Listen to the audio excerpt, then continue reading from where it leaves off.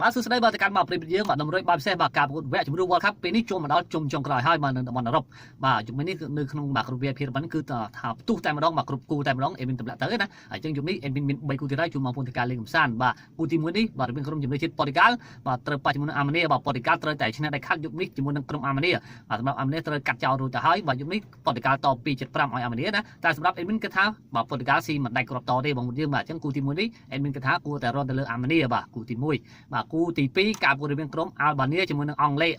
ធានាសុវត្ថិភាពកៅអីទៅលេង World Cup រួចទៅហើយបាទមាន21ពិន្ទុពេញសម្រាប់ក្រុមអាល់បានីក៏លេខ2ដែរបាទចាំបាទការប្រកួតវគ្គ Play Off យុគនេះលេងមកគ្រប់កិច្ចណាបាទអង់គ្លេសជាមួយនឹងអាល់បានីហើយចឹងគូនេះអេមីនថាគិតថាគូនេះអត់ស៊ីគ្នាច្រើនទេបងប្អូនយើងបាទអាននឹងស្មើគ្នាបាទចាប់ពី2គ្រាប់ចុះក្រោមយើងលេង under បាទ2កន្លះបាទគូទី2គូចុងក្រោយបាទការប្រកួតរវាងអាហ្សាបៃសង់ជាមួយនឹងបារាំងឈ្នះរួចទៅហើយបាទកក់កៅអីណាលេង World Cup ប៉ុន្តែការប្រកួតរបស់គេបាទជាមួយនឹងអាហ្សាបៃសង់បាទនៅបារាំងលេងមកគ្រប់កិច្ចតែយុគនេះបារាំងក៏មិនឲ្យចាញ់ដែរបងប្អូនយើងជាមួយនឹងអាហ្សាបៃសង់អញ្ចឹងយុគនេះវាយទៅខាងក្រុមបារាំងបាទ2កន្លះបាទបងប្អូនយើងបាទគូទី3ណាហើយបងប្អូនក៏អាចសម្រេចចិត្តបាទក្នុងការកែច្នៃដោយខ្លួនឯងហើយសម្រាប់បងប្អូនដែលចង់បានគូបាច្រើនទៀតអាចចូលរួមជាមួយនឹងក្រុមបាល់របស់ admin បាទចូលទៅកាន់ Telegram នៅក្នុង bio TikTok ឬក៏នៅក្រោម profile វីដេអូមួយនេះបាទអរគុណជូនបងប្អូនសំឡាងល្អទាំងអស់គ្នាកុំភ្លេចចុច follow admin ណា